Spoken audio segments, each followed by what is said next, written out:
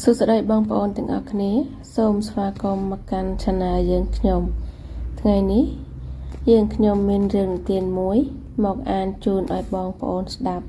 ដែលមានចំណងជើងថាអណ្ដើកទេពនៅសម័យមួយនៅស្រុកជាយភ្នំមានយាយចំណាស់ម្នាក់ឈ្មោះយាយស្រេងគាត់រស់នៅម្នាក់ឯងក្នុងផ្ទះតូចមួយនៅជិតទន្លេយាយគ្មានកូនឬអ្នកជួយសោះយាយរស់នៅដោយការចិញ្ចឹមបន្លែតិចតួចនិងចូលព្រៃប្រមូលផ្លែឈើឬបន្លែបុរាណមកចិញ្ចឹមជីវិតនៅថ្ងៃមួយនាព្រឹកព្រលឹមយាយចេញទៅទន្លេដើម្បីយកទឹកនៅទីនោះយាយឮសំឡេងមនុស្សច្រើនអ្នកនិយាយគ្នាចាប់វាហើយចាប់អណ្ដើកបានហើយយាយស្រេងយល់ចិត្តមិនល្អទៅមើលនោះឃើញប្រុស3នាក់កំពុងចាប់អណ្ដើកមួយធំពួកគេចង់យកវាទៅលក់នៅទីផ្សារដើម្បីយកប្រាក់ចំណេញអណ្ដើកកំពុងតែប៉ុនប៉ងរត់ទៅទឹកតែគេបោះសំណាញ់ចាប់បានវិញយាយស្រេងសូមទោសបរិសទាំងនោះថាកូនកុំសម្លាប់សត្វអណ្ដើកនោះឲ្យសោះវាមិនមានទោសអ្វីឡើយយាយសូមទិញវាដើម្បីដោះវាចេញបានទេបរិសម្នាក់នោះចំអកថា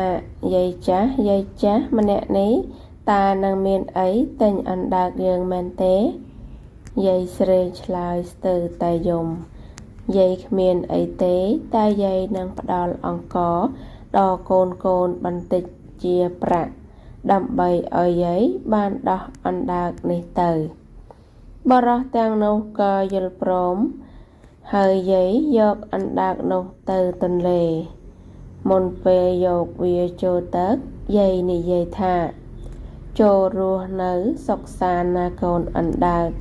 កុំឲ្យគេធ្វើបាបបានទៀតអណ្ដើកមើលយាយជាមួយភ្នែកស្រទន់ហើយហែលចូលទន្លេយ៉ាងស្ងាត់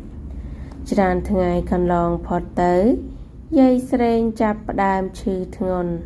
ហើយអាហារនៅផ្ទះក៏អស់យាយមិនអាចចេញទៅប្រមូលបន្លែបានទៀតថ្ងៃមួយនៅពេលយាយកំពុងដេកស្រវឹងនៅចំហៀងទ្វារ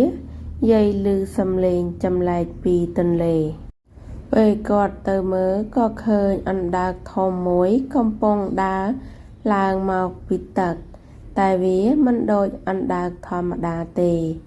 រាងវាពោរពេញដោយពន្លឺភ្លឺចាំងដូចជាមានអំណាចអស្ចារ្យអណ្ដើកនិយាយដោយសំឡេងស្រទន់ថាយាយអាចប្រើដុំមាសនេះ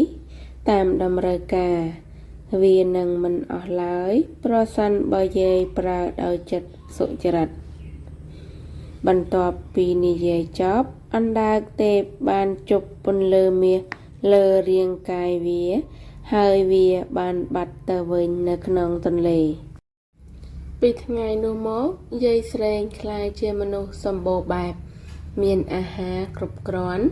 បានជួយមនុស្សក្រលំបាកជាច្រើនយាយមិនសូវនិយាយអំពីអំណោយទេពនោះទេតែបន្តធ្វើល្អធ្វើបុណ្យនិងបង្ហាញគំនិតល្អដល់អ្នកជិតខាងរឿងនិទានថ្ងៃនេះបញ្ចប់ត្រឹមប៉ុណ្ណេះសូមអរគុណដែលបានស្ដាប់បើបងប្អូនចូលចិត្តសូមចុច like និង subscribe ជួបគ្នារឿងថ្មីនៅវីដេអូបន្ទាប់សូមអរគុណ